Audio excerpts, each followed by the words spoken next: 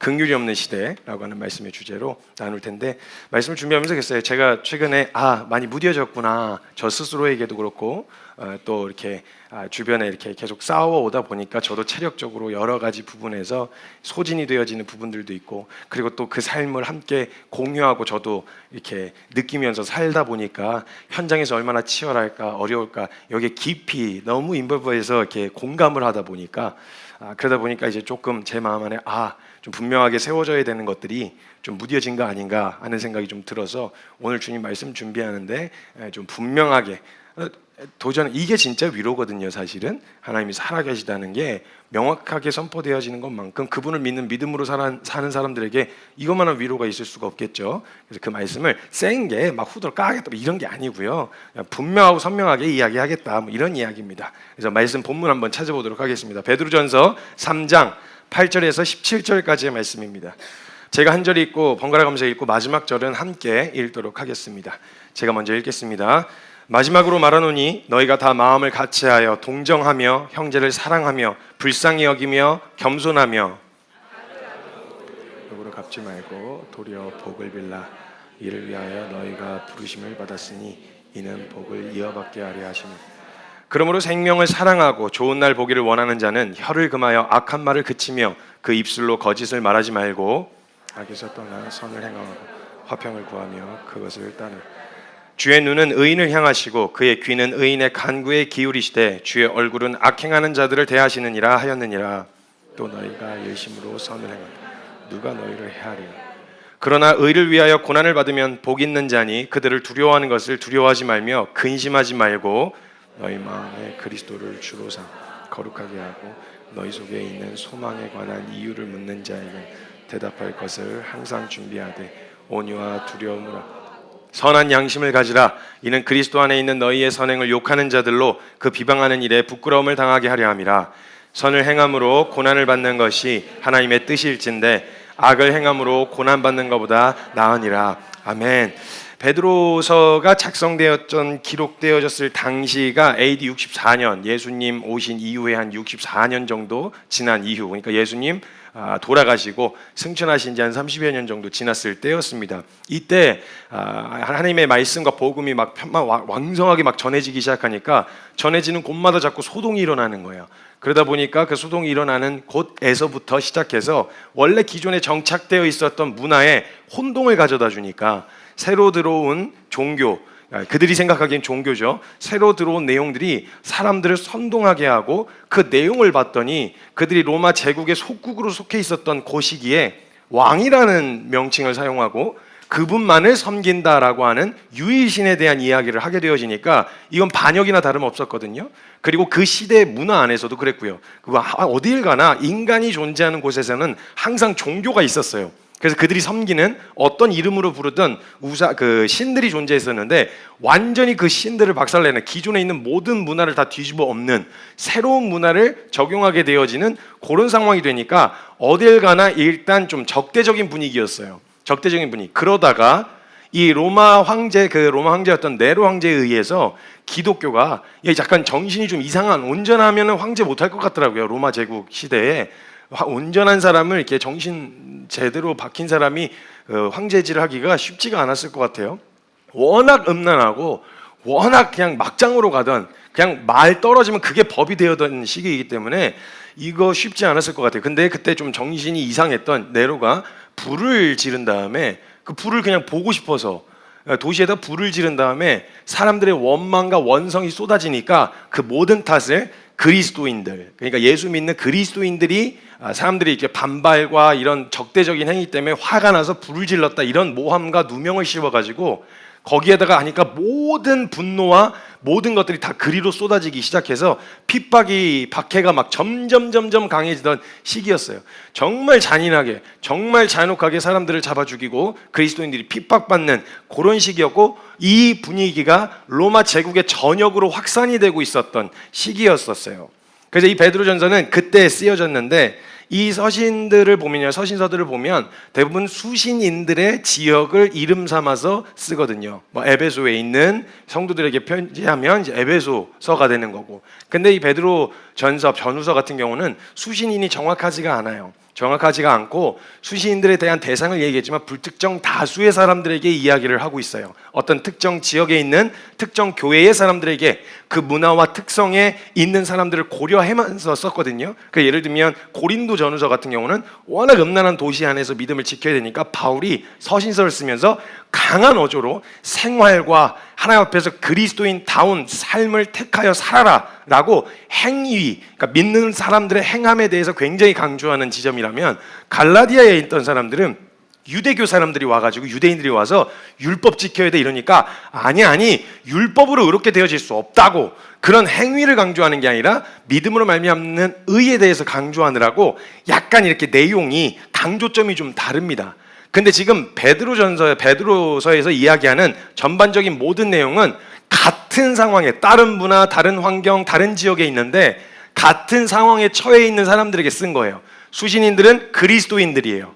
어느 지역에 있든 흩어져 있는 그리스도인들, 그러나 핍박 가운데 놓여져 있는 그리스도인들을 대상으로 쓴 서신서가 바로 그 베드로 전후서예요. 그래서 특정 대상을 향해 쓴 서신과 다르게 이 베드로전서 1장 1절에서 2절 말씀에 보면 그 대상을 뭐라고 적어놨냐면, 예수 그리스도의 사도 베드로는 본도, 갈라디아, 갑바도니아, 아시아와 비두니아에 흩어져 있는 나그네, 그러니까 저 그리스도인들을 이야기하는 거죠. 이 땅이 본향이 아니라 하늘을 본향 삼아 사는 그리스도인들에게 쓰는 편지였다는 거예요. 그래서 하나님 아버지의 미아심을 따라 성령이 거룩하게 하심으로 순종하고 예수 그리스도의 피 뿌림을 얻기 위하여 택하심을 받은 자들에게 편지하노니 은혜와 평강이 너희에게 더욱 많을지어다 하면서, 이제 그 베드로 그 핍박 가운데 놓여 있는 성도들이 어떻게 서야 하는지, 어떤 태도로 서 있어야 되는지에 대해서 분명하게 이야기를 해주는입니다.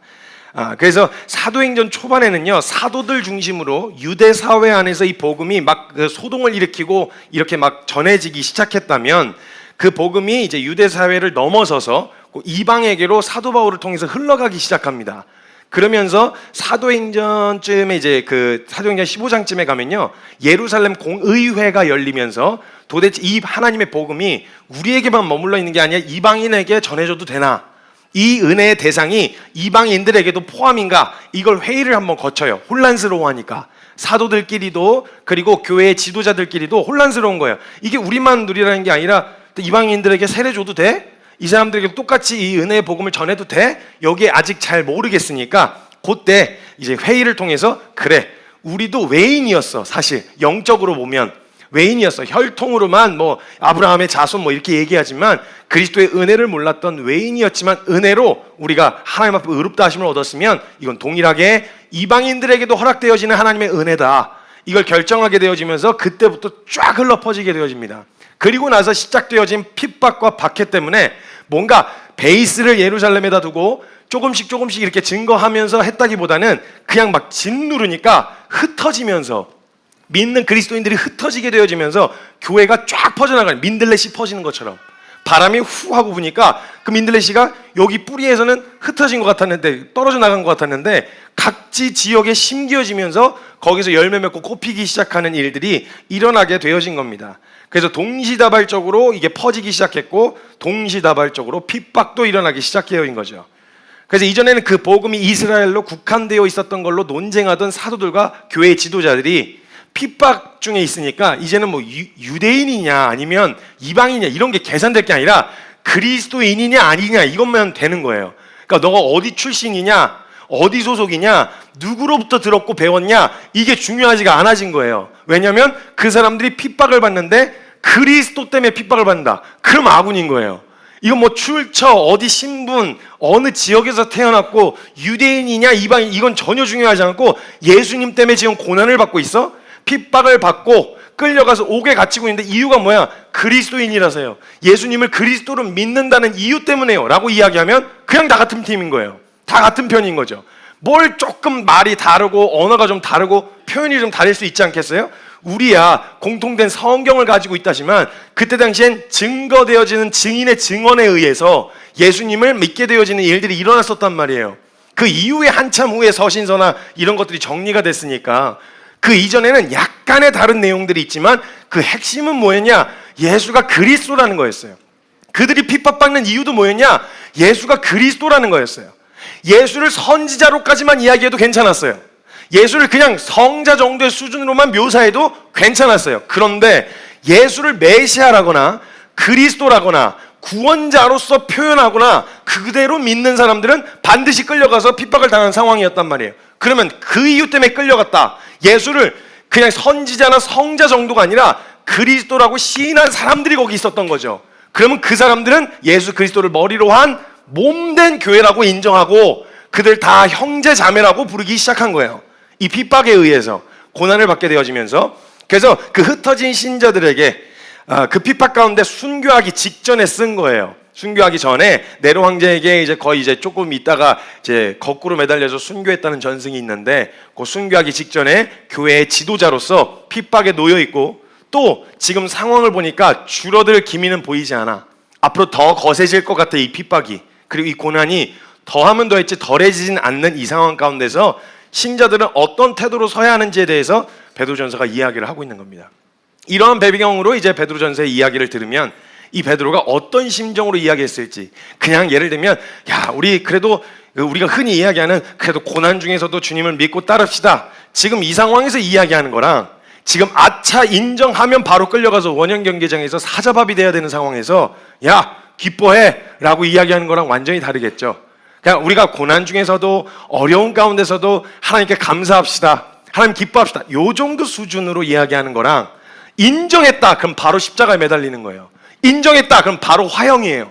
인정했다 그럼 바로 원형 경기장 끌려가는 요 상황에서 너 기뻐해, 너 감사해, 너 그냥 네 원함과 정욕 따라 살던 인생이었는데 너 그리스도를 위해서 함께 핍박받을 수 있는 거에 감사해, 영광으로 알아, 이렇게 얘기하는 거랑 농도가 다르죠.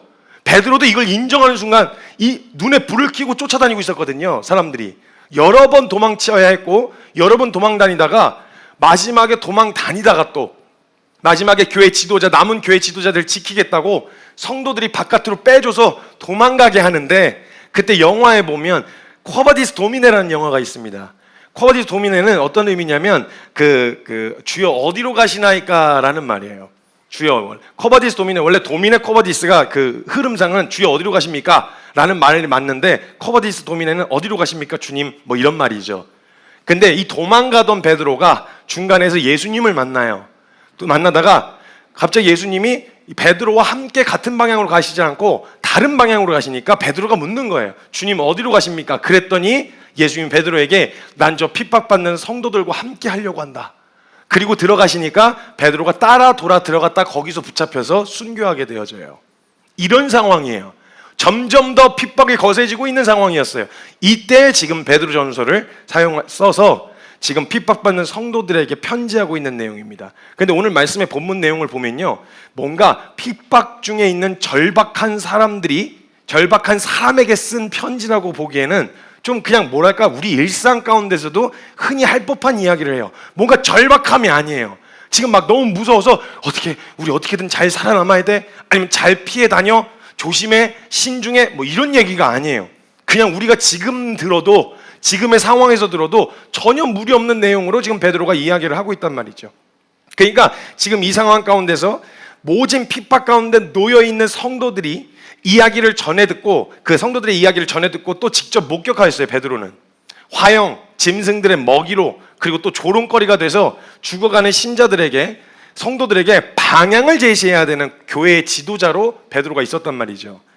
그러니까 지금 베드로는요, 단순히 자신의 한 개인의 신앙을 넘어서서 차라리 자기가 핍박받으면 나아. 근데 이제 막 갓 예수님 믿은 사람들, 이제 막 어린아이부터 시작해서 노년에 이르기까지 예수 믿은 사람들이 자기의 믿음과 전해준 내용 때문에 끌려가 죽는 모습을 보면요, 야, 이거 그냥 나는 괜찮은데, 나는 그 정도의 확신이 있으니까 이 사람들에게 그런 상황 가운데 어떤 이야기를 해줘야 될까? 야, 그래도 좀 피해 다녀, 좀 숨어 다녀, 몸을 아껴, 좀 신중해, 도망다녀. 저 같으면 이렇게 얘기할 것 같아요. 왜냐면 저는 그냥 괜찮은데, 그렇게 사는 게 괜찮은데, 저와 같이 누군가가 그렇게 되어진다라고 하는 걸 보면, 제가 전해준 이야기 때문에 그렇게 되는 걸 보면 좀 마음이 불편할 것 같아요. 어려울 것 같아요. 이 주제로 한 영화가 있죠. 사일런스라고 한 영화. 이 천주교 신부가 일본으로 선교를 가는데 거기서 자신이 전해준 내용 때문에, 예수님에 대한 내용 때문에 일본 사람들이 정말 잔인하게 죽였어요. 정말 잔인하게. 별의별 방법, 정말 사람 죽이는 데는 창의적이에요, 사람이. 그래가지고 막 그냥 온천물에 천천히 데펴 죽이고 바닷물에 묶어놓고 밀물 썰물 때 파도 맞아서 죽게 하고, 아무튼 천천히 고통스럽게 죽게 하는 게 목적이었어요. 정말 많이 죽었어요, 정말 많이. 그래서 그 신부를 데리고 사람들 매달려 있는 데로 가요. 가가지고 거꾸로 매달아서 요 뒤에 동맥인지 어딘지를 따요. 피를 한 방울씩 떨어뜨려서 죽이는, 그걸 거꾸로 매달아 놓고 그걸 지켜보게 해요. 너가 예수님 부인하면 얘네들 살려주겠다. 내가 너를 꺾을 수 없다는 건 알겠다. 근데 이제 너가 부인 안 하면 얘네들 이제 한 사람씩 이렇게 잡아 죽이겠다. 그럼 그 사람 앞에다 놓고 십자가 형상을 바닥에다 놓고 발로 한 번 밟고 침 한 번 뱉으면 다 살려주겠다 그래요. 그러니까 여기서 막 고민을 하는데, 거기서 왜 사일런스라면 그 천주교 시인 선교사가 얘기하기를, 하나님 왜 잠잠하십니까? 왜 이 고통을 침묵하십니까? 그 질문을 던지면서 영화가 끝나거든요. 그래서 사일런스예요, 영화가. 근데 거기서 그 상황에 놓여 있으면 저라도 내가 한번 부인하면 나를 핍박하고 고난을 주는 거는 그걸 각오하고 온 사람들이니까 괜찮은데, 선교사들은 자기가 전해준 내용 때문에 어린아이부터 끌려가서 그렇게 비참하게 죽어가는 모습을 보니까 이게 감당이 안 되는 거예요. 그러니까 못하겠다 그래서 선교사가 배교를 해, 한 선교사가. 그걸 못 보겠어서. 그러니까 지금 베드로도 똑같은 상황이었어요. 자기가 전해준 내용들, 사도들이 전해준 내용들로 인해서 믿기로 결정한 사람들이 아차 하면 막 끌려가고 죽는데, 여러분 그 쿼바디스 도미라는 영화에서 그 장면이 나오거든요. 네로 황제가 미쳐가지고 그렇게 해갖고 사람들을 원형 경기장에다 풀어놓고 굶주린 사자들을 풀어요. 원형 경기장에 기독교인들 모아놓고. 그럼 거기서 뜯어먹히는 걸 보면서 원형 경기장에 사람들이 막 조롱하고 막, 거기서 마지막까지 사람들이 비명소리 사이에서 막 찬양이 나오면서 승리하는 모습을 보는데, 그 원형 경기장 그 영화에서 보면 베드로가 그 죽음 앞에 원형 경기장에 있는 사람들을 향해서 축복을 해줘요. 그 관중석에서. 하나님 너희를 지키실 거다. 끝까지 주님 앞에 서자. 이러고 축복해. 이거 가능하시겠어요? 전 이게 잘 안 되더라고요. 그 정도까지 핍박과 고난도 아니었는데, 제가 저보고 이렇게 살아야 된다. 그럼 오케이. 저 하나 그렇게 불편하고 저 하나 아파도 그냥 가야지, 힘들어도 그냥 해야지 라면 오케이. 근데 이 힘듦과 고통이 뒤에 따라오는 걸 분명히 알면서 누구 보고 같이 가자? 이거 굉장한 민폐일 것 같고 굉장히 어려운 주제일 것 같은 거예요. 나는 괜찮은데 내 가족, 나는 괜찮은데 다른 사람들이 이 일 때문에 고통을 받는다. 이런 베트남에서 한 목사님이 이야기를 해주셨는데, 그 현지 목사님이 종교를 안에다가 기독교라고만 적으면, 태어날 때 주민등록증처럼 종교에다 기독교를 적으면 자기 일가 친척 모두가, 우리나라 말로 하면 공무원에 아무도 지원을 못해요. 이 말은 뭐냐? 자기 하나 예수 믿겠다는 결정을 하면 일가 친척 운명을 걸어놓고 거긴 성공이 당원되는 거거든요. 당원. 근데 일가 친척 운명을 걸어놓고 믿어야 되는 상황이에요. 그러니까 얼마나 핍박을 당하겠어요. 가족들로부터 배척당하고. 그런데도 불구하고 예수님을 믿는 사람이라고 인정하고 시인하는 거. 나 하나 끌려가는 건 괜찮은데 가족들의 운명을 걸어놓고 믿는다? 이게 말이 되냐? 저는 이거 떳떳하게 말을 못 하겠더라고요. 야, 주님 말씀하셔서 순종하는 건 영광이지 이렇게는 스스로에겐 이야기할 수 있겠는데, 야, 뭐가 힘들어? 그게 자식아, 그게 뭐가 어려운 거야, 영광이지. 이렇게 얘기하는 게 어렵겠더라고요. 근데 지금 베드로는 그 상황에서 그 얘기를 하고 있는 거예요. 핍박을 당하고 있는 성도들에게 자신이 전해준 이야기를 듣고 고난 가운데서 그냥 찢겨 죽이고 불에 태워 죽는 이 상황 가운데 있는 성도들을 향해서 이야기를 하는데, 이 노출되어 있는 성도들의 믿음도 붙들어줘야 하고 방향도 제시하는 상황이었어요. 저 같으면 못했을 것 같아요. 저 같으면 그 얘기 못했을 것 같은데, 그런 베드로가 핍박에 노출되어 흩어져 있는 성도들에게 쓰는 편지예요. 근데 이 편지 중에 한 부분을 오늘 읽은 말씀의 본문 말씀인데, 이 본문 말씀의 큰 맥락 안에서 제가 발견한 핵심 키워드는 긍휼이었습니다. 긍휼. 베드로가 고난과 핍박 가운데서 믿는 신자들이 가져야 하는 마음, 신자들끼리 그리고 자신들을 핍박하는 불신자들, 믿지 않는 사람들을 향해 가져야 되는 마음을 한 단어로 정리를 하면 긍휼이라고 하는 단어였어요. 긍휼이란 단어 자체의 의미가 뭐냐면 불쌍히 여기다, 애틋해하다, 측은히 여긴다 라고 하는 뜻을 가지고 있어요. 근데 이 긍휼의 대상은 베드로전서에 보면 첫째는 성도들끼리의 긍휼함이었고요, 둘째는 핍박받는 성도들이 자신들을 핍박하는 사람들을 향해 갖는 긍휼함이었어요. 이 두 가지의 긍휼함이 베드로전서에 녹아져 있는데, 먼저 성도들끼리의 긍휼함은 이겁니다. 베드로서에서 이야기할 때 자신들이 받고 있는 핍박으로 인해서 처한 자신들의 처지를 한탄하거나 비관하지 않았어요. 아우, 괜히 예수 믿어가지고, 아유 어떡하냐, 예수 믿어갖고 이렇게 됐네.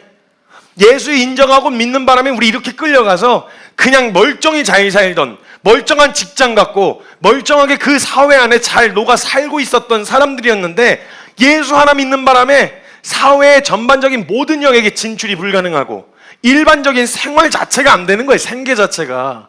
그러니까 지금 자신의 처지와 형편으로 보면 비참하게 망가진 거 아니에요?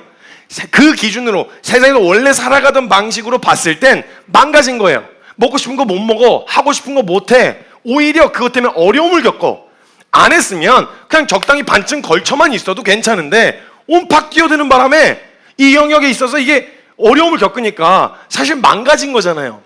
상황으로 보면 망가진 상태였단 말이에요. 근데 그런 처지에 있는 자신들의 상황과 형편, 이 자신들이 지금 놓여져 있는 그 상황을 한탄하거나, 뭐야 이게 옷이 꾸질꾸질해가지고, 뭐야 이런 것만 먹고, 뭐야 우리 사는 집 맨날 지하 묘지 같은데 무덤 같은 데서 살고, 뭐야 이렇게 자신의 처지를 한탄하는, 그래서 그런 서로를 보면서 아유 힘들지, 어렵지, 이렇게 한탄하면서 측은히 여겨주라는 말이 아니었어요. 여기서 말한 성도들끼리의 긍휼함은 서로를 바라보면서 어머 얼마나 힘들어, 아이고 얼마나 그렇게 고생이 많아, 아이고 그거 못 먹고 그거 못 하고, 아이고 그거 어떻게, 이런 긍휼함이 아니었다고요. 여러분, 베드로가 성도들에게 이야기한 걸 그걸 긍휼히 봐주라고 얘기한 게 아니었어요. 그들이 지금 놓여져 있는, 곧 있으면 이제 내일 아침 해가 뜨면 바로 끌려나가서 사자밥이 될 성도들에게 이야기할 때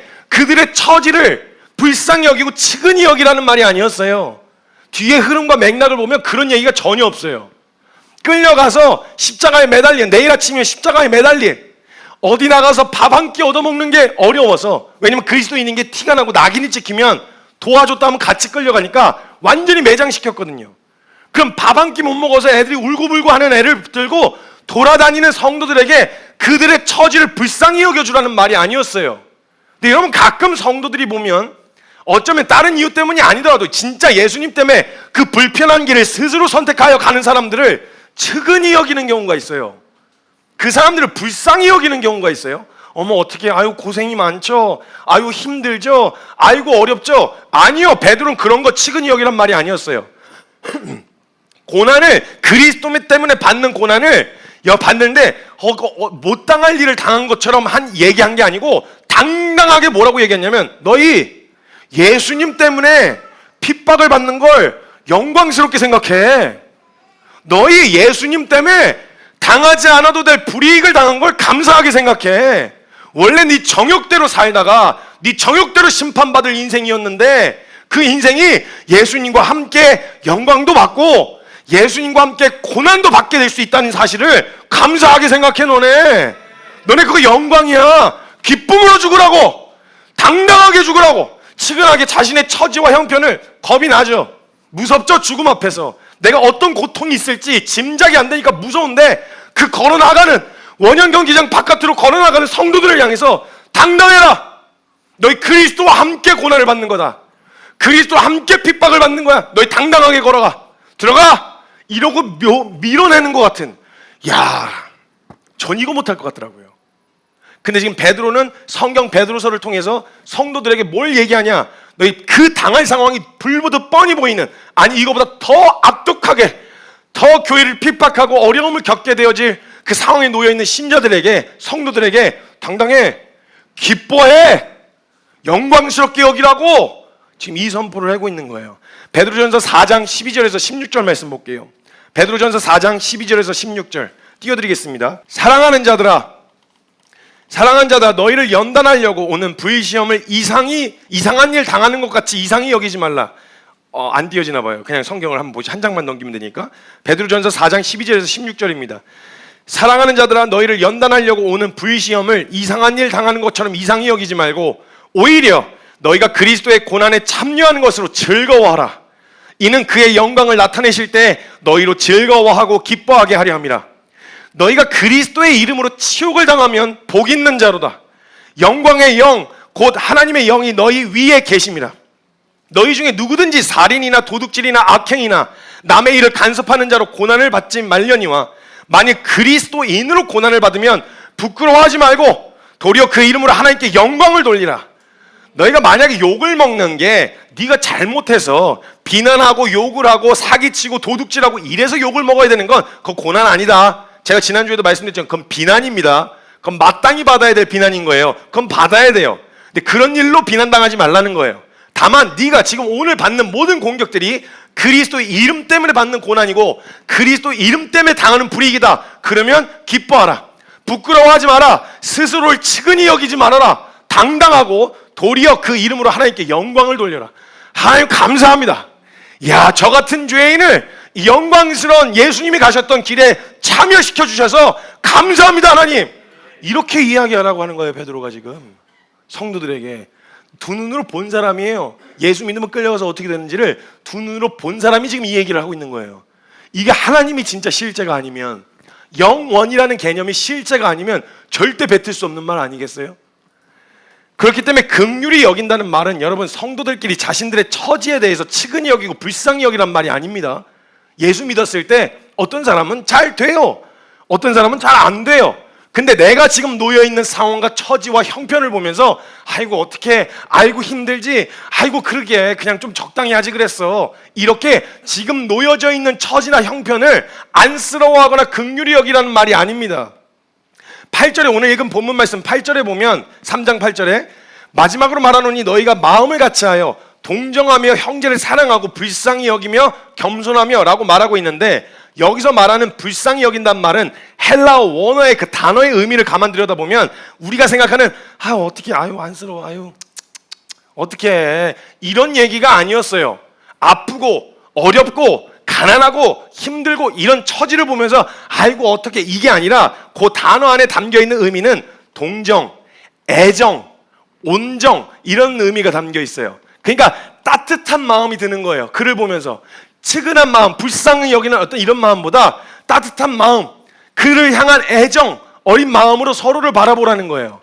그 따뜻함에 초점이 맞춰져 있는 거예요. 여러분 한 부르심 안에서 예수를 믿는다는 이유로 핍박 가운데 만약 놓여지게 되거나 혹은 우리 같은 경우는 불이익을 당하는 구조에 놓여지게 되어졌다. 이때 이런 핍박 가운데 있는 성도들끼리 서로 돌아보라는 의미인데 어떤 마음으로 돌아보느냐? 이런 긍휼함으로. 그의 처지를 측은히 여기라는 게 아니라 따뜻한 온정과 애정 어린 마음으로 그들은 그래 잘 가고 있어.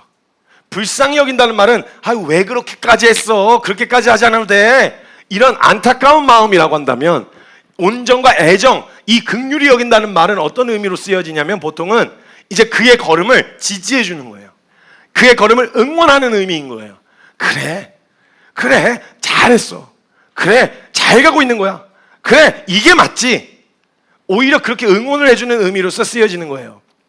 베드로는 교회의 지도자였으니 사실 성도들이 억압과 고난 가운데 있을 때 지도자니까 정치적인 움직임이 있어야 되지 않겠습니까? 그들의 오해와 뒤집어 쓰여진 그런 이상한 그 오명들을 벗겨줘야 되는데 이제 좀 에너지를 써야 되지 않겠어요? 교회 지도자인데? 그럼 그 상황 가운데 놓여 있을 때 성도들에게 이야기하면 네로 황제를 이렇게 팀을 꾸려가지고 TF팀을 꾸려가지고 이 상황을 어떻게 대처할 것인가, 이 오명을, 이 오해를 어떻게 벗겨낼 것인가, 이런 좀 현실적인 대안들을 마련해야 되는 게 교회 지도자로서의 역할이 아니었겠냐는 거예요. 비밀 조직을 하나 꾸려가지고 그들을 그 핍박과 고난으로부터 벗어날 방법을 찾아야 한다던가 이래야 되지 않을까요? 근데 교회 지도자였던 베드로는요, 그것으로부터 벗어나기 위해 무엇을 하라고 하지 않아요. 성도들에게 오히려 예수 그리스도 때문에 고난을 받고 있다면 기뻐하라고 이야기를 해주는 거예요. 되게 무책임한 것 같아 보이지만요, 만약 예수 그리스도께서 죽으신 자신과 교회인 성도들을 위해 죽으셨고 자신들뿐만 아니라 자신도 외인이었을 때 받았던 그 사랑을 아직도 그 사랑을 모르고 있는 죄인들을 위해서도 죽으신 것이 너무나도 실제였기 때문에 예수님을 부인했던 죄인이었던 자신을 찾아오신 예수 그리스도의 은혜가 있잖아요. 자기도 예수님 부인해 본 적이 있잖아요. 그런데도 포기하지 않고 찾아와 주신 그 하나님의 은혜가 그 은혜를 몰라서 방황하고 있는, 그래서 핍박하고 있는 그들에게도 흘러가기를 소망하고 바래왔던 거예요. 그래서 인위적인 방법으로 교회가 당하고 있는 고난과 핍박으로부터 벗어날 길을 찾지 않았던 거예요. 오히려 성도들을 독려합니다. 잘 가고 있다고. 베드로전서 4장 1절에서 4절을 제가 세 번역으로 읽어드릴게요. 베드로전서 4장 1절에서 4절을. 그리스도께서는 육신으로 고난을 받으셨습니다. 여러분도 같은 마음으로 무장하십시오. 육신으로 고난을 받은 사람은 이미 죄와 인연을 끊은 것입니다. 이제부터는 육신으로 살아갈 남은 시간을 인간의 욕정대로 살지 말고 하나님의 뜻대로 살아야 합니다. 여러분은 지난날에 이방 사람들이 하고 싶어하는 일들을 했으니 곧 방탕과 정욕과 술 취함과 환락과 연회와 가증스러운 우상 숭배에 빠져 살아왔습니다. 그것은 지나간 때로 충분합니다. 그들은 여러분이 자기들과 함께 그런 지나친 방종에 빠지는 것을 이상히 여기면서 여러분을 비방하고 있습니다. 이 말은 뭐냐? 놀 만큼 놀았잖냐? 너네 할 만큼 했잖아. 개길 만큼 개겼잖아. 말 안 듣고 네가 하고 싶은 대로 할 만큼 했잖아. 그런데 그런 죄인이 예수님 때문에 고난을 받는 게 어찌 기쁜 일이 아니고 어찌 영광이 아니겠냐고. 고난을 받은 것이 예수 그리스도의 은혜로 죄인에서 의인이 되었다는 증거가 바로 고난이다. 그러니까 너네 고난을 받고 있어? 의를 위하여 핍박을 받고 있어? 기뻐해라. 너네가 지금 예수님 때문에 핍박을 받는다는 게 죄인에서 끊어졌다. 죄와 연이 끊어졌다 이 말이다. 이게 증거다. 얼마나 기쁜 일이냐. 내가 아직도 죄인인가 아니면 의인인가, 나 정말 구원받은 백성이 맞는가, 이게 헷갈리고 이게 분간이 되지 않는 그 상황에서 늘 어려워하고 혼란스러워하는데, 아니 글쎄 핍박을 받으면, 예수님 때문에 핍박을 받는 건 내가 죄인에서 완전히 죽었고 의인이 되었다는 가장 핵심적인 증거 아니겠느냐. 기뻐해라, 감사해라, 이 얘기를 하는 거예요. 이 얘기를. 그러니까 그 이후에 당하는 너희가 어떤 처지나 형편에 처하든 상관없이 그 모든 것들은 영광이다. 그 모든 것들은 은혜다. 이 얘기를 하고 있는 거죠. 핍박을 받아? 이야, 너 죄인 아니라 의인이 되었다는 증거야. 너 하나님과 함께 상속자가 되었다는 증거야. 기뻐해. 영광 돌려. 이 얘기를 하고 있는 거죠. 와. 제가 이전에 선교단체에 있었을 때 거기 계신 한 분이 묵상 나눔을 하시는데 사역이 너무 고된 거예요. 사역이 너무 고돼가지고 지쳐가지고 이제 거의 나가 떨어지는데, 일을 하다가 몸이 완전히 소진이 되고 나니까 막 헛구역질을 하면서 토를 하기 시작하신 거예요. 토를 막 사역을 하다 일을 하던 중간에 하고 막 거의 막 얼굴이 허옇게 떠가지고 기진맥진해서 막 토를 하고 있는데, 그걸 옆에 와갖고 수습을 하시면서 등을 두들겨 주시던 옆에 계시던 다른 선교사님 한 분이, 그분이 어떻게 이전에 살았는지를 알고 계시던 분이셨어요. 그래서 등을 두들겨 주시면서 뭐라 그러셨냐면, 아이고 예전에 술 처먹고 토했는데 이젠 주님 나라 위에서 토하니까 얼마나 영광입니까, 이렇게 하셨는데 그게 그렇게 은혜가 되셨대요.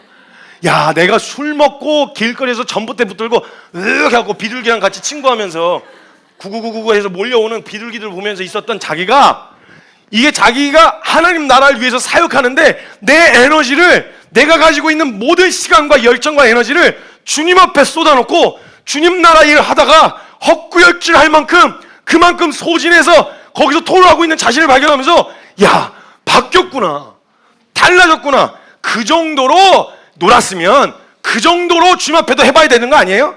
여러분, 논만큼은 해야 될 거 아니에요? 정말 제대로 된 가치를 발견했다면 내 에너지를 진짜 소진하고 노는데, 정욕에다 쓰는데, 내 원하는 거 추구하고 충족시키는데 거기다 에너지 쓴 만큼 이상을 써야 될 거 아닙니까?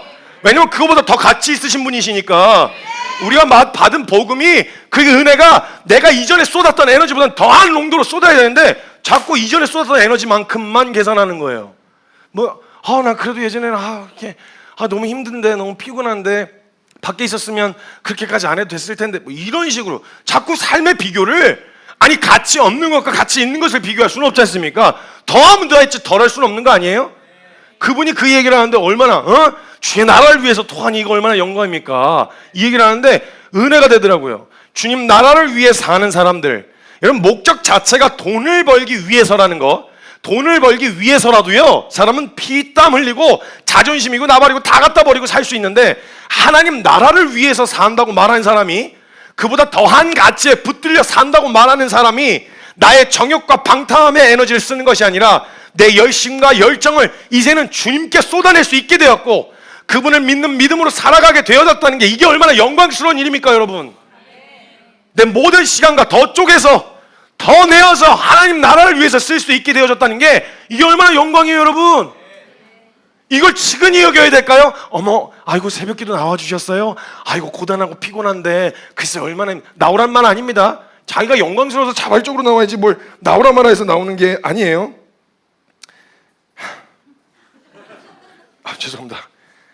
나오란 말 해서 나온 게 아니라 진짜 자원하여 하나님 앞에서 진짜 쏟아내는 사람 보면 당연한 거죠. 이상히 여기거나 당황할 일이 아니라 야, 주님의 그 은혜를 발견했는데 발견한 만큼 쏟아내는 건 당연한 거지. 아, 예배 나오셨어요? 아우, 주님 앞에 헌신하셨어요? 그 시간 내셨어요? 아, 어떻게 그렇게까지 하셨어요? 아니, 그렇게까지 안 해도 되는데. 아니요! 당당하게 주님 앞에 내어놓는 것에 대하여 누구보다 당당하고 또 떳떳하고 이상히 여길 일이 아니라는 거예요. 그러니까 믿지 않는 사람들의 삶의 퀄리티와 비교하는 거, 우리의 삶의 퀄리티를 비교하는 것 자체가 웃긴 거예요. 사실은 잘못됐다는 게 아니라 그게 최고의 가치라고 알고 사는 사람들이니까 잘못됐다는 말이 아니에요. 그게 맞아요. 근데 우리가 말은 최고의 가치가 주님이라 말하는 사람들 아닙니까? 예수 그리스도라고 말하는 사람들 아니에요? 그럼 거기다 쏟던 에너지보다 더한 농도 아니면 비준할 수 없는 농도로 거기다 쏟았다면 그건 과한 게 아니라 당연한 거죠. 당연한 거죠. 이상히 여길 일이 아니라는 거예요. 내 열심과 열정을 주님하고 그분을 믿는 믿음으로 살아가는데 쓸 수 있다는 건 여러분 감사한 겁니다.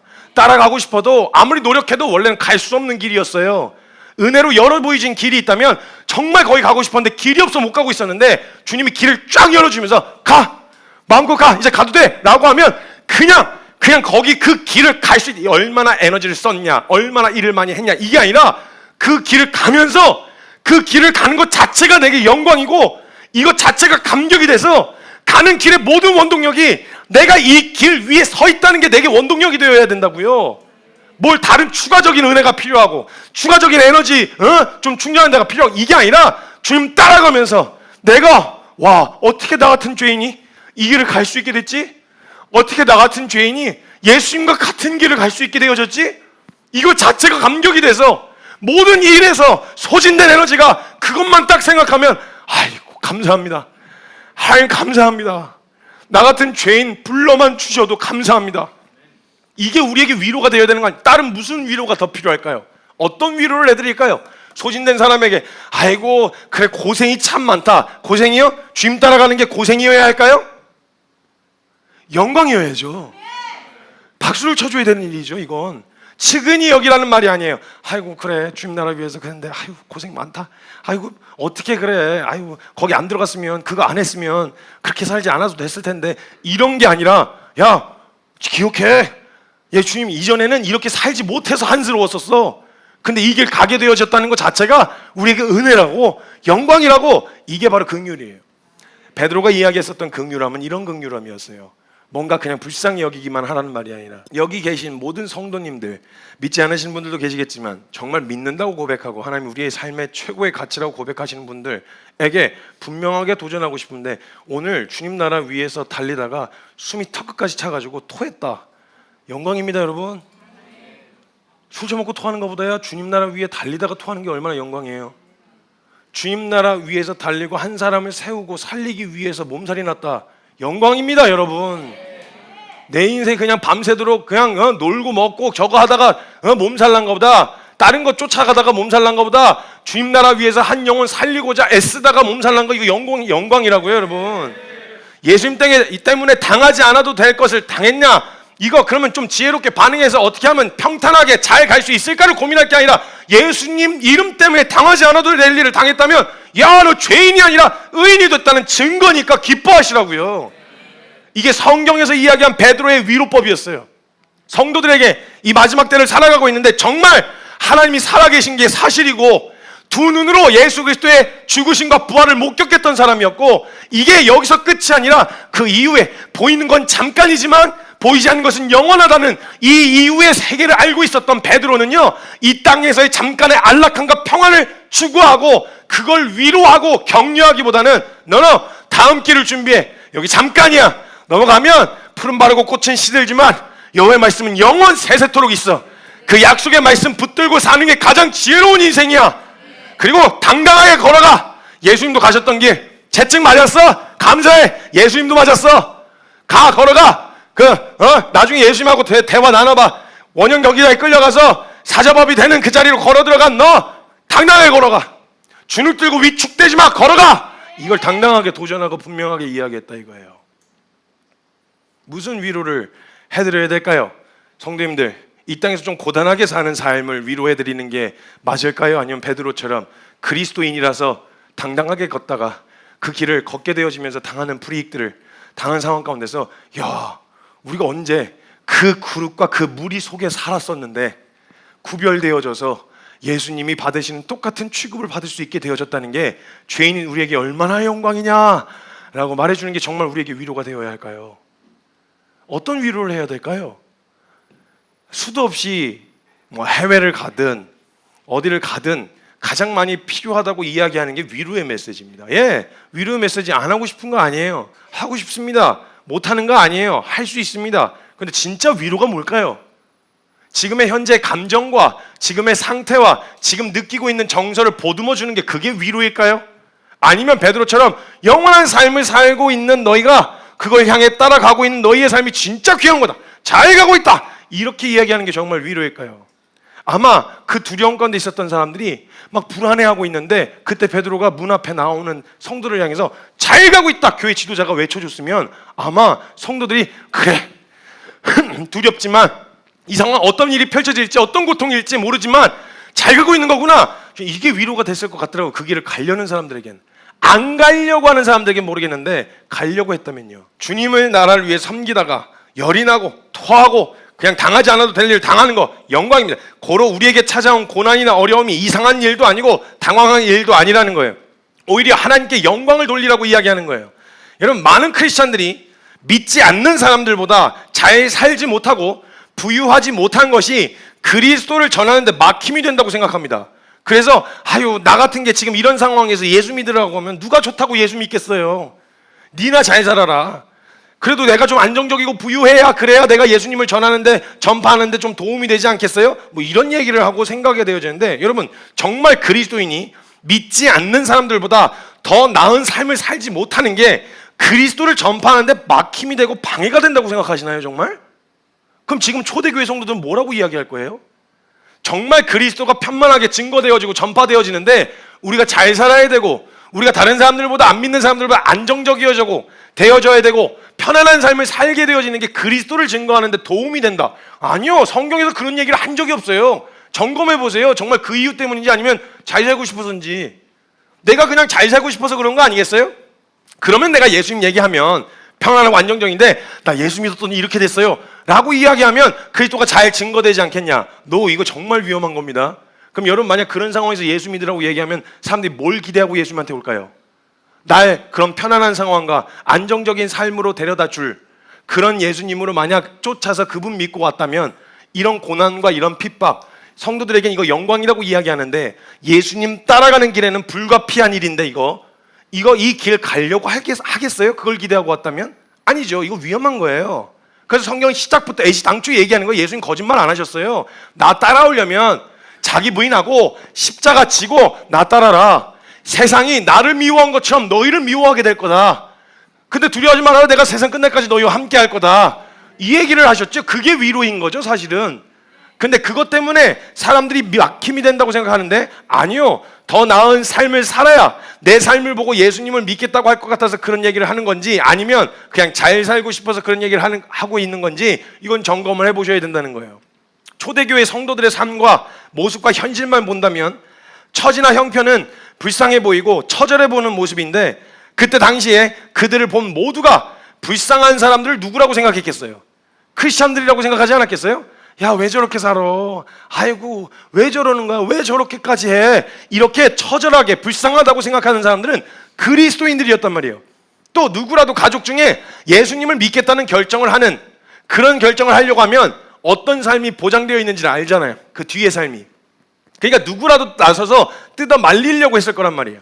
현실로만 본다면 가장 비참한 인생을 살아가고 있는 사람들이 그리스도인들이었어요. 그런데 그렇게 살아가는 사람들이 서로를 그렇게 살아가는 처지와 형편 때문에 비참하게 보거나 불쌍하게 보는 게 아니라 영광스러운 길인 것이 분명하지만 그 길이 육체로 고단하고 힘드니까 서로를 더 아껴주고 돌아서라, 그렇게까지 하지 말아라, 주저앉히는 게 아니라 오히려 그 길을 가는데 고단하니까 힘드니까 같이 끝까지 가자, 좀만 더 버텨, 좀만 더 견뎌. 이런 위로와 격려로 서로를 아껴주고 또 위로해주라는 이야기였어요. 이 고난을 불쌍히 여기란 말이 아니었어요. 베드로는 그건 영광이라고 이야기했다고요. 가끔은요, 제가 이렇게 살아가는 삶에 대한 이야기를 할 때요, 밖에서도 그렇고 사람들 이야기를 가만 들어보면 공동체를 살고 있는 저와 그 사역자들의 삶을 이야기하고 재정 상황이나 관계의 원칙이나 이런 걸 듣고 안타까워하면서 불쌍히 여기시는 분들이 계세요. 막 아이고 너무 힘들겠다. 아이고 어떡해. 그리고 막 제가 공동체로 살면서 막 이렇게 하고 있습니다. 그러면 너무 도전이 되긴 하는데 나는 그렇게까지 못해. 아이고 그렇게까지 하는 거, 아이고 꼭 그렇게까지 해야 돼? 그리고 저한테 항상 하는 얘기가 사모가 뭔 죄야. 뭐 이런 얘기를 항상 많이 하세요. 뭔 죄냐고. 뭔 죄라뇨. 죄라뇨. 영광스러운 일이죠 이게. 가끔 이 길을 가면서 사는 저의 재정 원칙이나 아니면 공동체의 재정 원칙, 공동체의 재정 상황, 지체들의 사역자들의 재정 상황의 이야기를 들으면 측은히 여기거나 그런 사람들이 있어요. 이거 일단은 그거 대상이 되어지는 사역자들이 스스로의 상황을 측은히 여기고 있다거나 자신의 처지나 형편을 측은히 여기고 있다고 한다면 이거 확실하게 점검을 하셔야 되는 상황이에요. 스스로가 불쌍합니까? 이 길을 가면서 커피 한 잔 제대로 내 맘대로 원하는 대로 못 마시고 그냥 누가 먹자고 해야만 먹을 수 있는 뭐 이런 상황이라거나 아니면 공동체로 내 시간, 내 생각과 내가 원하는 대로 결정하지 못하는 환경과 상황에 처해 있는 자신을 보면서 혹시 측은하게 여기고 있는 사람들이 있어요? 이거 주변에서 자꾸 측은히 여겨주는 말에 둘러빠져서 자꾸 스스로를 측은히 여기면서 나는 힘들어, 나는 고생 중이야, 나는 마음이 어려워, 나는 이런 게 필요해, 저런 게 필요해라고 생각을 하고 있다면 이거 아주 잘못 가고 있는 거죠. 더 뛰어들었으면 더 뛰어서서 부럽다 이게 돼야죠. 성도님들 측은히 여기지 마세요. 저희 절대 불쌍한 인생 살고 있는 거 아닙니다. 측은히 여길 게 아니라 나도 저렇게 더 뛰어들고 싶은데 부럽다. 나도 좀만 더 젊었으면, 좀만 더 시기 지금 일찍 남편 이놈 새끼 만나기 전에 내가 이거 알았으면 그냥 내가 그냥 당장에 뛰어들었을 텐데. 그냥 부러워하셔야죠. 부러워하셔야죠. 그리고 그런 얘기 자꾸 듣고 사역자들 막 자기 스스로를 자꾸 측은히 여기고 막 내가 불쌍한 것 마냥 스스로 더 자꾸 동정어린 시선으로 바라봐 주기를 바라는 이런 거 있으면 그냥 바로 그냥 막 그냥 빠따질 줄 빠따질 가는 거예요. 이건 아니 줄바따질이라는 게 그렇게 해서 억지로 가야 돼 이 말이 아니라 안 가도 돼요. 그렇게 안 살아도 돼. 그거 영광인 줄 아는 사람이 가는 거지. 뭐 억지로 시킨다고 코 끼워서 간다고 하면 가겠어요? 영광이어야죠. 때로는 먹고 싶은 게 있었지만 허락하지 않으셔서 허락하심에 감사하며 사는 삶, 이게 뭘 못하는 삶이 아니라 매 순간 하나님의 손길을 경험하며 사는 삶으로 해석되어야죠.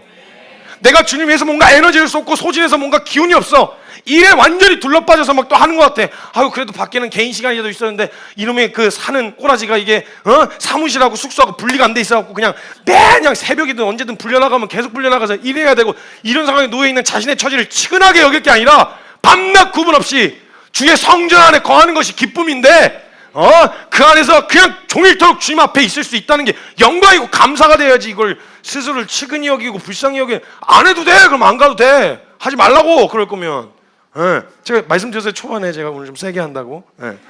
그러면서 측은히 여겨주는데 재정이 없어서 어떻게 그거 그냥 예전에는 그냥 뭐 해외여행도 그냥 척하니 갔다 오고 그냥 뭐 이렇게도 갔다 올 수 있는데 그냥 뭐 그거 하나 이렇게 일거리면서 스킨로션 하나 사는 것도 막 그거 막 샘플 받아서 막 이렇게 하는 그런 모습 보면서 어떻게 이런 측은히 여기지 마세요 여러분. 측은히 재정이 없어서 어떻게 하냐. 그런 데서 그렇게 살면 연애도 하고 결혼도 해야 되는데 거기서 가면 연애나 제대로 할 수 있고 결혼이나 제대로 할 수 있냐. 그런 원칙들이 있어서 어떻게 연애하고 결혼한대.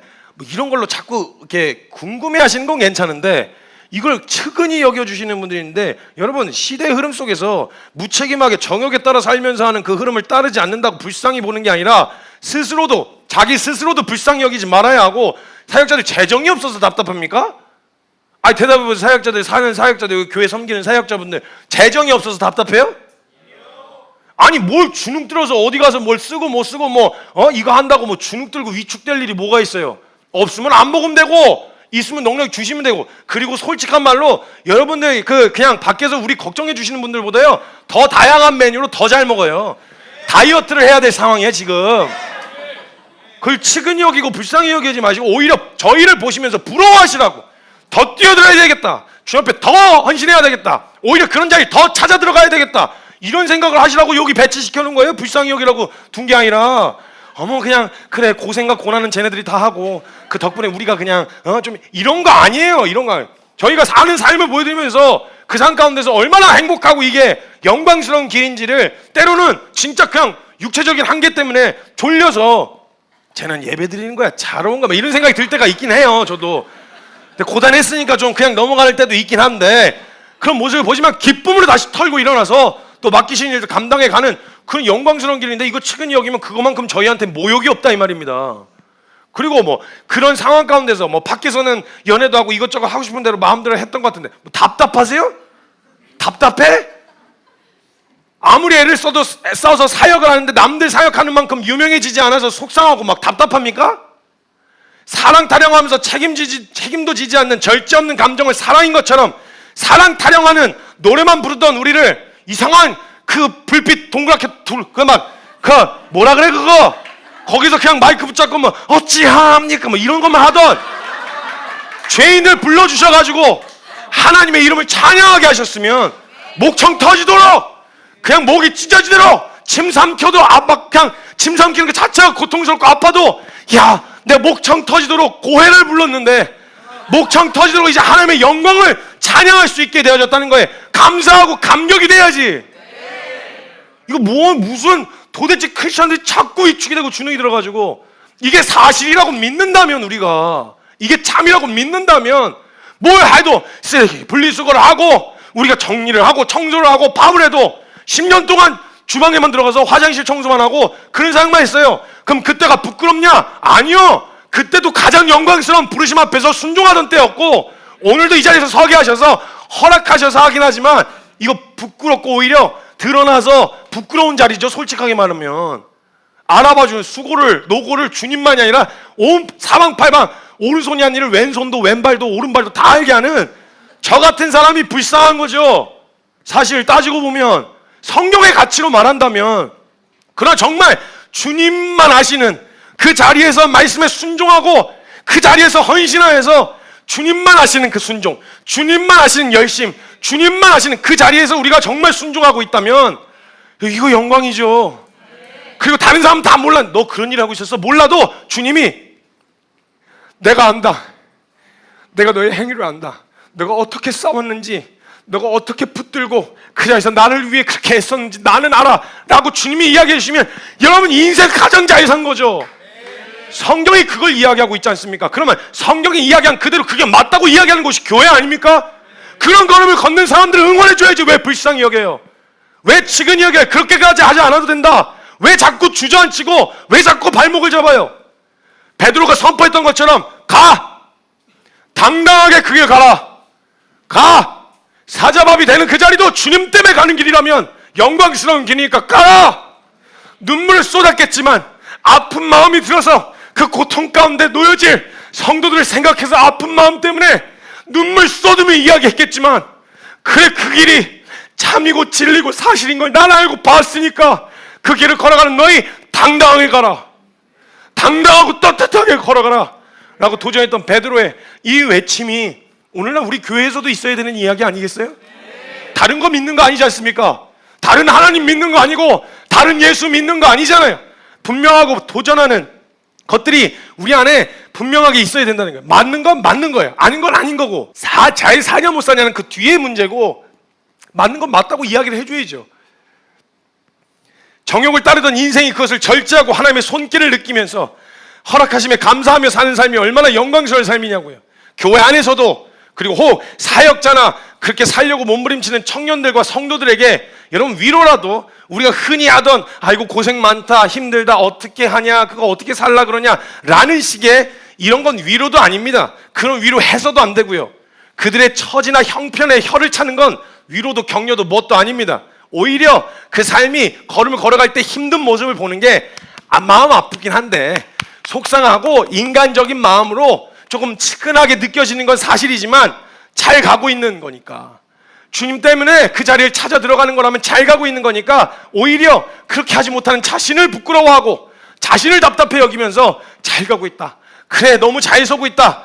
우리의 처지가 불쌍하게 보인다. 아니요. 여러분, 그런 지금의 시대적 분위기에서 안 해도 괜찮은 일을 굳이 불편함을 감수하면서까지 해보려고 할 때 안타까워하면서 불쌍히 보는 게 아니라 잘했다, 우리 끝까지 가자, 함께 달려가자, 이렇게 서로 지켜주고 격려하고 위로하는 게 성경에서 말했던 성도들끼리의 긍휼함이었습니다. 여러분, 우리가 혹여라도 예수 때문에 불이익을 당하고 있다면 오히려 그 고난이 우리로 하여금 잘 가고 있고 우리가 받는 핍박이 우리가 죄로부터 멀어졌다는 것을 증명하고 있는 중입니다. 그러면 안심하셔야죠. 나 잘 몰랐었는데 맞구나. 그래도 마지막 순간에 가면 예수님 부인해, 너 예수님 따라가지 마 라고 이야기할 때 내가 잘 사냐 못 사냐는 내가 잘 자신 있게 대답 못 하겠는데 내가 다른 건 모르겠는데 그건 못 하겠다. 나 그분을 부인하는 것까지는 못 하겠다. 돌아서는 것까지는 안 되겠다. 그건 못 할 것 같아요. 나는 그 자리에 딱 서게 되잖아요. 그러면 그래, 내가 죄로부터 멀어져 의인이 되었다는 가장 확실한 증거가 되는 순간이 아니에요? 증명되는 순간? 그럼 감사하셔야죠. 감사해야 된다는 거예요. 우리가 서로 긍휼히 여기는 것은 부유하지 못한 것과 순탄하지 못한 것을 불쌍히 여기고 치근히 여기는 것을 말하는 게 아닙니다. 예수 그리스도와 함께 받는 고난과 핍박을 영광으로 알라고 서로 격려하고 따뜻하게 품어주라는 거예요. 현실과 처지를 비관하고 안타까워하라는 말이 아닙니다. 그들의 걸음을 잘 가고 있다고, 그리고 서로 도전받고 서로 그 길을 더 나아가려고 하는 애씀과 노력 가운데서 성도들이 교제할 때 정말 진정한 성도의 교제가 일어날 수 있다고 저는 믿어요. 초대교회 당시 예수를 믿었던 그리스도인들은요, 당당히 예수를 믿는 그리스도임을 밝히는 순간이 딱 한 군데 있었어요. 어디였냐? 마지막 사형 집행 당하는 현장이에요. 그 전까지는 예수 믿는다고 떳떳하게 밝힐 수가 없었는데, 그리고 그런 사람들을 만나서 이야기 나눌 수도 없었어요. 그래서 그들이 서로 확인하는 사인이 하나 있었는데 그 물고기 표시였어요. 그것도 얼른 그 사람들 앞에서 물고기 표시를 하면서 성도들인 걸 확인하고 얼른 지워서 그냥 아무 말 못하고 그냥 거기에 존재하고 있다는 것만 확인하고 돌아서는, 이렇게밖에 살 수가 없었는데 그들이 당당하게 난 크리스찬입니다, 나 예수 믿는 사람입니다, 그 시대 한복판에서 내가 이걸 당당하게 이야기하고 예수 만나는 사람들끼리만 이렇게 단체로 모여가지고 함께 모일 수 있었던 게 어디였냐면 원형 경기장 아니었어요. 그리고 나무 기둥에 매달려 있었던 순간들, 주변에 다 둘러보면 나랑 같은 길을 가고 있었던 사람이 이렇게나 많았구나, 이걸 확인할 수 있었던 게 사자들 튀어나오기 전 원형 경기장에서가 다였다고요.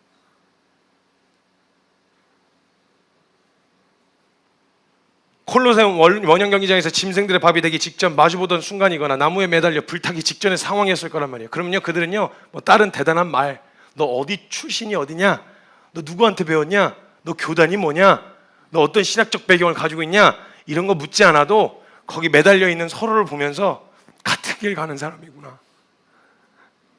천국에서 만나자, 처음으로 그렇게 다 같이 모여본 거예요. 배경을 설명하지 않아도 서로가 그리스도인임이 드러나는 상황이었다고요. 여러분, 성도들의 친밀함은요, 성격과 분위기로 좌지우지되는 거 아닙니다. 예수 그리스도를 믿는 믿음으로 정욕을 따르지 않고 말씀을 따라 걷느라 그 걸음을 방해하는 정욕과 사회적 분위기에 휘둘리지 않으려고 처절하게 싸워가다가 너덜너덜한 채로 그 길을 걸어가고 있는데 혼자 일어나? 나만 이러는 건가? 나 너무 무식하게 이 길 가는 건가? 하고 가는데 어디든가 비슷하게 너덜너덜한 사람이 저쪽에서 걸어가고 있는 게 보이는 거예요. 그러면은요, 그 길 위에서 만나잖아요. 그러니까 그냥 교회라고 하는 공동체 안에서 나이사 이런 얘기 말고 진짜 내 믿음의 싸움을 싸우려고 막 처절하게 자기 부인하면서 막 그렇게 너덜너덜해진 채로 그 길을 걷고 있었는데, 그 가던 길에 같은 길을 가는 사람이 저기서 혼자서 너덜너덜한 채로, 멋있지는 않더라도 너덜너덜한 채로 저기서 막 가고 있어. 그러면요, 그 사람을 보면요, 다른 설명이 별로 필요 없어요. 성격이 맞냐 안 맞냐 이런 거 상관없어요. 그 사람이 거기 그 길 위에 있는 이유는 정욕을 따르지 않고 주님 따라 보려고, 말씀대로 순종해 보려고 거기까지 간 거니까 그 길 위에서 만났잖아요. 그러면 다른 걸 확인할 필요가 없어요. 그럼 가다가 대단한 대화 막 나눌 힘도 없어.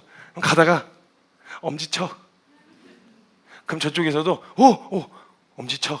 이 정도의 교제면요, 말하지 않아도 그 안에 성도들 안에 있는 그 친밀함이요, 성도의 교제가 일어날 수 있는 거예요. 여러분, 진정한 교회 안에서의 성도의 교제는요, 그 길 위에서 만나야 진정한 교제가 돼요. 안 그럼 밖에서 만나는 친목 동행이나 다를 게 하나 없어요. 잘못했단 말은 아니에요. 친해져야죠. 즐겨야죠. 함께 같이 따뜻한 말도 건네고 밥도 같이 먹고 해야죠. 그런데 진짜 정말 진정한 성도의 교제가 어디서 나타나냐? 그 길 위에서 만났을 때예요. 한 주간 치열하게 그 싸움을 싸우다가 나만 싸우나? 나만 일어나? 회사에서, 학교에서, 캠퍼스에서, 내가 있는 직장에서, 집에서 나만 일어나라고 싶은 순간에 그 걸음을 같이 가고 있었던 사람을 길 위에서 딱 만나면 다른 많은 대화 필요 없어도 엄지척 한마디로 충분히 자, 가자. 먼저 가. 너 먼저 가. 그냥 그 길 위에서 만난 그거 자체가 이들에게 위로가 되어질 수 있다는 거예요.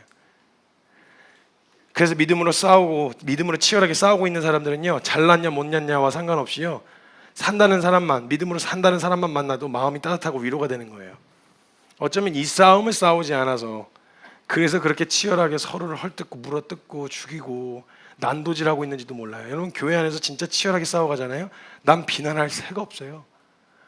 내가 정말 믿음으로 처절하게 주님 앞에 싸워나가면요, 누굴 뭘 탓할 새가 없어요. 그냥 그런 비슷한 말을 쓰는 사람만 만나도 그냥 위로가 되거든요. 지금 어느 때보다도 이 긍휼함이 없는 시대를 살아가고 있어요. 적군과 아군이 분별이 되지 않는 시대를 살아가고 있어요. 그래서 서로를 경계하고 헐뜯고 파가 나누어지는 시대를 살아가고 있죠. 서로를 긍휼히 여김이 없어요. 죽여야 하는, 없애야 하는 적으로 간주하고 있는 것 같아요. 사람들 말과 눈빛 속에 살의가 가득해요. 자신과 조금이라도 다르면 틀려버린 사람으로 만들기 너무 쉬운 시대를 살아가고 있어요. 그래서 분열은 멈출 줄 모르고 아무리 연합을 부르짖고 아무리 이야기를 해도 하나가 되기가 참 어려운 시대를 살아가고 있어요. 진짜 그리스도인이라는 아구님을 확인하는 자리가 언제고 어떤 사람을 만났을 때인 줄 아세요? 내 의견에 동의해주는 사람을 만났을 때가 아니에요. 같은 말을 하는 사람을 만났을 때가 아니에요. 그럼 진짜 위험한 게 나와 맞는 이야기하는 사람을 만났을 때 그가 그리스도인이다라고 인지하는 이 태도가 정말 위험한 건데, 그 말은 무슨 말이냐? 자신은 늘 그리스도 편에 서 있는 중이다라는 거거든요. 난 그리스도 편에 늘 서 있어, 난 옳아, 난 맞아 라고 생각하고 있기 때문에 자기와 같은 말을 하는 사람을 그리스도인이라고 생각한다면 이거 정말 위험한 거거든요. 아니요, 정말 아군이고 정말 그리스도인임을 확인하는 자리는 어디냐? 내가 자기 부인하고 정욕을 따르지 않고 말씀을 따라 쫓아가던 길 위에 섰는데 그 길에서 만난 사람, 그 사람이 진짜 그리스도인이고 정말 함께 갈, 주님을 따라가고 주님을 사랑하는 사람인 거예요. 나도 바뀌지 않으면서 이게 맞아 저게 맞아 절로 가야 돼 저리로 가야 돼 이렇게 얘기하는, 그리고 그 말에 동조해 주는 사람이 참 그리스도인이 아니라, 내가 자기 부인하고 십자가 앞에 섰는데 그 십자가 앞에 자기 부인하고 선 사람을 만나게 되어졌을 때 서로가 확인하게 되어지는 거예요. 주님 따라가는 사람이구나. 우리가 예수 그리스도를 머리로 한 교회이며 성도임을 확인하는 자리는 예수 그리스도 때문에 고난을 당하고, 예수 그리스도 때문에 핍박을 받고, 그리스도 때문이라면 당하지 않아도 될 불이익을 당하기도 하며, 그리스도 때문이 아니라면 하지 않아도 될 일, 그리스도 때문이 아니라면 가지 않아도 될 길, 그 길 위에서 만났을 때라는 거예요. 내가 오늘 나를 부인하고 정욕을 쫓지 않고 말씀으로 순종해 보려고 몸부림치던 길 위에서 누군가를 만났다는 건 그의 배경과 상관없이 그리스도 때문에 그 길 위에 들어선 같은 아군이라는 얘기인 거예요. 나와 같은 의견을 말하는 사람이 아니라 나도 그도 그리스도 때문에 걷던 길 위에서 만났을 때, 그때 여러분 진정한 성도의 교제가 가능하고요, 성도의 친밀함이 가능하고 서로를 향한 긍휼이 불일 듯 일어나지 않겠어요? 나도 걸어봤지만 알아, 그게 얼마나 치열한지. 그럼 그 사람이 어떤 모습으로 걸어오든 기어오든 뛰어오든, 자기가 안 움직이고 있으면 숨 안 찬 사람은 뛰어, 왜 안 뛰어 이렇게 하거든요. 그러니까 축구 선수들 하도 욕을 하니까 그 명언을 남겼지 않습니까? 그 기성용 선수가 그렇게 답답하면 니들이 뛰든가. 직접 뛰어보면 알거든요. 직접 해보면 잘 안 된다라는 거. 그러니까 근데 그거 뛰어본 사람은 알거든요. 그 사람의 그 고뇌가, 그 사람의 고단함이, 그 사람의 피로감이 어느 정도인지 알기 때문에 빨리 뛰냐 못 뛰냐, 많이 갔냐 적게 갔냐 이런 거 갖고 평가 안 해요. 왜냐하면 그거 자체 가는 거 자체로 서로 그냥 확인이 된 거기 때문에. 성도들끼리와 교회들끼리 이 긍휼함이 사라진 시대라는 말은 어쩌면 예수라는 이름으로 불이익이 아니라 이익이 될 수도 있는 시대 속에서 살고 있기 때문에 분별하기 어려워진 거죠. 예수 믿어서 불이익만 당하기만 한다면 초대교회처럼 그냥 다 아군 아니겠어요? 그런데 이게 분별이 힘들어졌다는 얘기는 뭐예요? 예수 팔아서 이익을 볼 수도 있는 구조가 되었기 때문이라는 거 아니겠어요? 그래서 분별하기 어려워진 거라는 거죠. 근데 그 흘러가는 시대의 흐름이 그리스도인들의 고난과 핍박이 예견되어 있는 분위기로 이제 흘러가고 있어요. 근데 하지만 만약 상황적으로 고난이 그리고 핍박이 없다면 우리가 함께 스스로 자원하여 예수 그리스도 때문에 흘러가는 세속의 가치를 따르지 않고 정욕대로 살지 않고 불편함을 감수하는, 불이익을 감수하는 자리로 들어간다면 사소한 의견 차이는 문제거리도 되지 않을 만큼의 서로를 향한 애정과 애틋함이 있지 않겠냐는 거예요. 초대교회 때는 상황적으로 그래서 서로 애틋함이 있었다지만 우린 그렇게까지 하지 않아도 된다는 분위기 속에서 살고 있다면 우리가 오히려 일부러 예수님 때문이 아니라면 가지 않을 길, 예수님 때문이 아니라면 하지 않을 일을 우리가 자원하여 뛰어들어 그 자리에 서게 되어졌을 때 우리가 서로를 향한 애틋한 애정과 동정으로 함께 갈 수 있지 않겠냐는 거예요. 우리 교회가 여러분 키퍼처치가 그러다가 주일날 만났으면 좋겠어요. 어쩌면 오늘날 우리의 시대는 초대교회보다 더 순전한 믿음의 삶이 필요한 때인지도 모르겠어요. 그때는 상황 자체가 그랬다지만 지금의 시대는 이익이 될 수도 있는데, 그런데 일부러 주님 때문에 그 자리에 뛰어들거나 그 자리를 떠날 수도 있는 그런 시대이기 때문에 오히려 초대교회 성도들보다 더 순전한 믿음이 우리에게 필요할 수도 있는 기회인 거죠. 여러분 서로를 긍휼히 여기셔야 됩니다.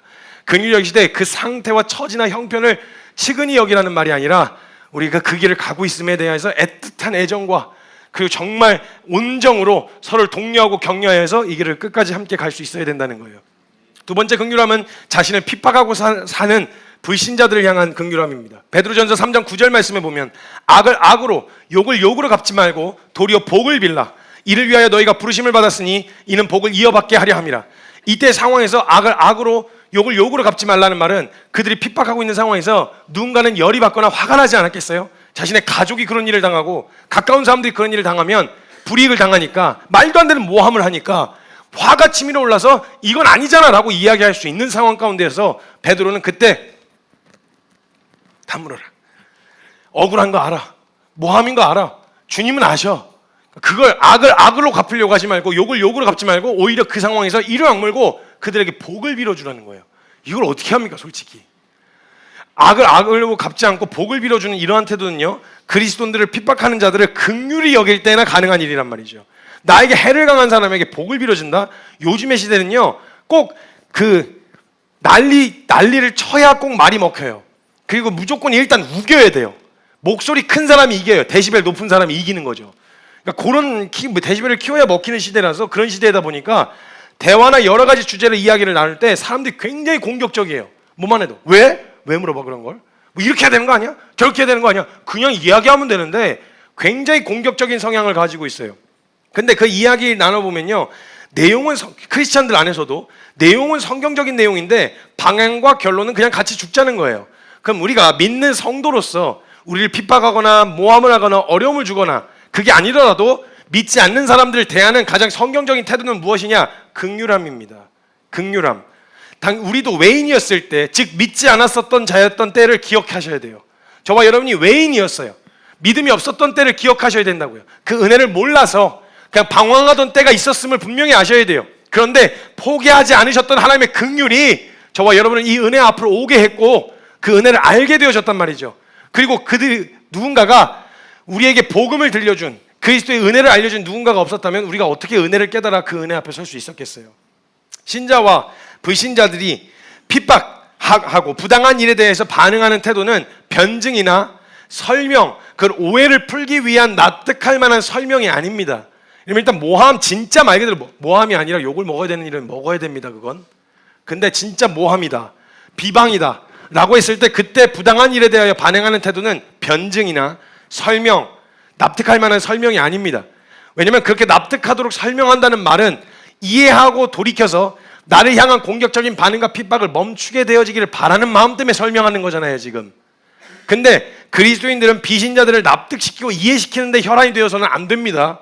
안 돼요. 여러분 일단 우리가 이해가 되고 납득이 되어서 이 은혜 앞에 서게 되어진 게 아니잖아요. 몰랐던 걸 알게 되어졌고 보지 못한 걸 보게 되어져서잖아요. 즉 경험에 의한 은혜라고요. 이건 납득할 만한 설명이 안 돼요. 원래 경험이라고 하는 증거는. 증거 제출이 잘 안 된다고요. 물론 변증과 논리적인 설명이 의미 없다는 말은 아닙니다. 성경적인 배경이 있는 사람은 성경의 배경이 풀어지고 정리가 되면서 아, 그게 이런 말이었구나 라는 걸 이해하게 되어질 수 있는데, 성경적 배경이 전혀 없는 사람은 오늘 나의 설명을 통해서 그리스도의 은혜와 복음에 대하여 납득해서 이해가 돼서 받아들였다는 말이 뭐예요? 성경의 배경이 없는 사람이 이해했다는 말이 뭐예요? 그 사람의 상식선 안에서 납득이 될 만한 내용을 들었다는 얘기잖아요. 여러분, 우리가 전하는 복음이 상식선 안에서 이해가 되는 내용입니까? 신이라는 분이 계시는데 그분이 천지를 창조하신 분이시고 그분이 우리를 사랑하시는데 미치셔가지고 우리를 위해 대신 죽었다는 말이 이게 상식으로 이해가 되는 그런 내용입니까? 아니에요. 이 내용이 성경을 전혀 몰랐던 사람이 그래? 이해가 되고 납득이 됐다는 말은 그 상식 안에서 설명을 했다는 얘기예요. 아주 진짜 몇 억 조만의 일의 내용도 전달이 되지 않았다는 거죠. 그래서 신자들이 비신자들에게 이야기할 때 가장 중요한 건 설명과 납득하기 위한 변증보다 앞서서 복음에 대한 선포예요. 믿어야 될 내용이 어떤 내용인지를 분명하게 들려주고 그 가설이 들어와야 내 기존에 있었던 상식과 그 가설 간의 싸움이 시작될 거 아닙니까? 말씀을 창조된다는 게 말이 안 되지. 그게 어떻게 돼? 이게 주어져야 퀘스천 마크가 될 거 아니에요. 근데 그 상식 안에서 설명이 되는 내용으로 설명하다 보면 자꾸 복음을 희석시킬 수밖에 없어요. 내용을 타협할 수밖에 없다고요. 설명 가능한 내용으로 만들어야 되니까. 아니요, 우리가 믿는 내용 자체가 설명과 이해와 납득이 되어야 할 만한 내용이 아니라 그래서 믿음이 필요한 내용이었어요. 그럼 똑똑한 사람 보고 깨달아 알으라고 하셨겠죠. 근데 그게 아니라 믿음이 필요한, 너의 상식으로는 다 이해가 되진 않아. 근데 믿으면 보게 될 거야 라고 하는 영역으로 주님 말씀하셨단 말이에요.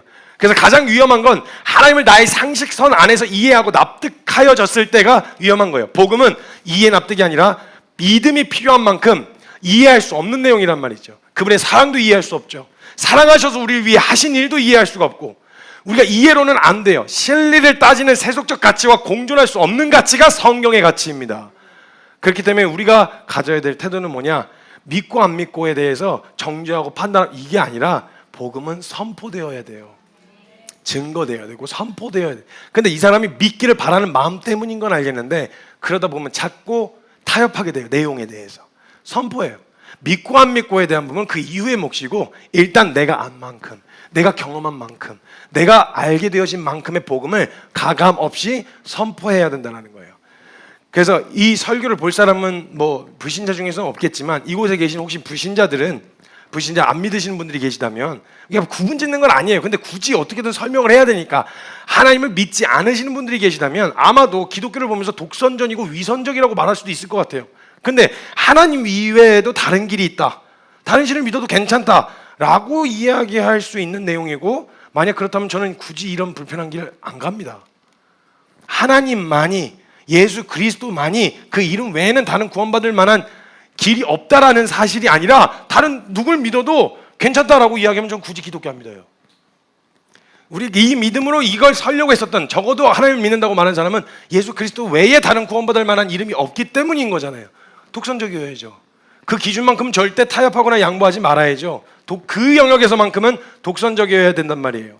그렇기 때문에 우리는 양보 없이 타협 없이 복음을 증거하고 선포할 거예요. 설득이나 설명의 에너지를 더 두는 것보단 선포해요. 물론 반응은 다양하고 가지각색일 거예요. 베드로가 전한 복음과 스데반이 전한 복음의 내용이 달라서 반응이 달랐던 게 아니라 같았으나 받는 이에 따라서 내용이 그 반응이 달라지기도 하거든요. 그러니까 반응 보고 복음이 잘 먹혔냐 안 먹혔냐를 구분지으시면 안 돼요. 왜냐하면 복음이 들려졌을 때 사도 바울의 첫 번째 반응은 핍박이었거든요. 그리고 그게 풀어졌을 때, 주님의 은혜로 풀어졌을 때 그가 헌신하고 뛰어들게 되어졌듯이 눈에 보이는 우리가 선포했다고 보인 반응이 그게 다라고 생각하지 마세요. 그래서 우린 두려워하지 말고 복음은 복음으로 선포해야 됩니다. 근데 그때 그 이후에 어떤 태도로 그들을 바라봐야 하느냐, 다른 게 아니라 그때 그들을 긍휼한 마음으로 바라볼 수 있어야 된다는 거예요. 비신자들, 믿지 않는 사람들을 향한 긍휼함을 절대 잊어서는 안 된다는 거예요. 이거 하나만 기억하시면 돼요. 우리가 어떤 태도로 믿지 않는 사람들 대해야 되느냐, 예수님과 같이 하시면 되는데 이거예요. 한마디만 기억하세요. 몰라서 그래. 몰라서 그래. 다 알지 못해서. 내가 경험한 그거 몰라서 그래. 근데 여러분 이거에 대한 확신과 이 긍휼함의 농도가 어디서 결정되냐면 내가 받은 은혜의 농도만큼 결정돼요. 내가 이거 깊이 큰 기쁨과 영광스러움으로 경험하잖아요. 이게 너무 감격스러운데 못 믿겠다고 그러면은 보여줘, 못 믿겠다니까 이렇게 얘기하면 막 그게 너무 답답하고 막 그게 막 내가 이렇게 큰 감격을 느끼다 한 번만 경험하자. 한 번 이게 농도가 거기서 결정되거든요.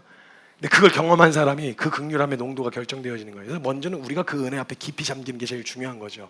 그리고 그들을 바라볼 때는 우리가 어떤 태도로 서야 되냐? 긍휼함이에요. 몰라서 그런 거예요. 이걸 알게 되면 나처럼 될 거야 라고 이야기하는 반응인 거죠. 사도행전 26장 29절 말씀에 보면 바울이 묶인 채로 포박당한 채로 서서 뭐라고 이야기하냐면, 야 아그리빠 왕이요, 야 진짜 이 묶인 거 외에는 당신이 나와 같이 되기를 원하나이다. 당신이 지금 나 불쌍히 여기는 거 있죠? 날 불쌍하게 볼 게 아니라 오히려 지금 관점이 달라요. 내가 불쌍해. 이걸 모르니까 나는 이걸 알게 되어서 이렇게 묶여있고 옥에 처박혀 있어도 난 감사한데, 난 영광스러운데 당신은 거기에 있어야만 행복한 거잖아. 당신은 그 자리가 유지되어야만 안정적인 거잖아. 당신이 꼭 이 복음을 알아서 나와 같이 되기를 원하나이다. 사도 바울이 이야기하는 거예요. 몰라서 그런 거라는 생각을 하는 거죠. 그래서 그들을 욕을 욕으로, 저주를 저주로 갚지 말고 도리어 복을 빌어주라는 거예요. 복을 빌어주는 게 뭐예요? 예수 믿으세요. 예수 믿으세요. 어떻게 믿는 건데 막 거기에 설명 못한다고 당황하지 마세요. 그냥 이야기해 주세요. 아는 만큼만 하세요. 예수 믿으세요 밖에 못하면 그냥 예수 믿으세요만 하세요. 어떻게 믿는 건데? 몰라요. 그건 주님의 은혜가 필요한 거예요. 그냥 예수 믿으세요. 나도 어떻게 만났는지 몰라요. 나 같은 거 주님 어떻게, 주님 만나주셨어요. 주님 그런 기회가 있을 거라고 믿어요. 너무 기독교라고 하는 기독교적 정서와 분위기 때문에 휩쓸려가지고 그냥 일단 뭐 교회 미워하는 건 뭐 어쩔 수 없다 쳐요. 근데 마음에 안 들어서 속상해서 미워하는 건 그렇다 치는데 그 내용에 대한 부분은 한 마음 열고 한번 들어보시면 좋을 것 같아요.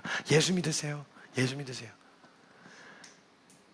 예수님도 그리고 스데반 집사님이 하셨던 고백 기억하셔야 돼요. 사도 바울도 그리고 베드로도 그 마음이 아니었더라면 절대 할 수 없었던 사역이었어요. 누가복음 23장 34절에 예수님이 십자가에 못 박고 밑에서 조롱하면서 자기 옷을 제비뽑기하고 있는 자들을 향해서 하나님 앞에 기도하신, 복을 빌어주시는 장면이에요. 예수께서 이르시되 아버지 저들을 사하여 주옵소서. 자기들이 하는 걸 알지 못해서 그런 겁니다. 그 죄값을 그냥 몰라서 그러는데 그대로 죄값을 치르게 하지 마시고 사하여 주옵소서.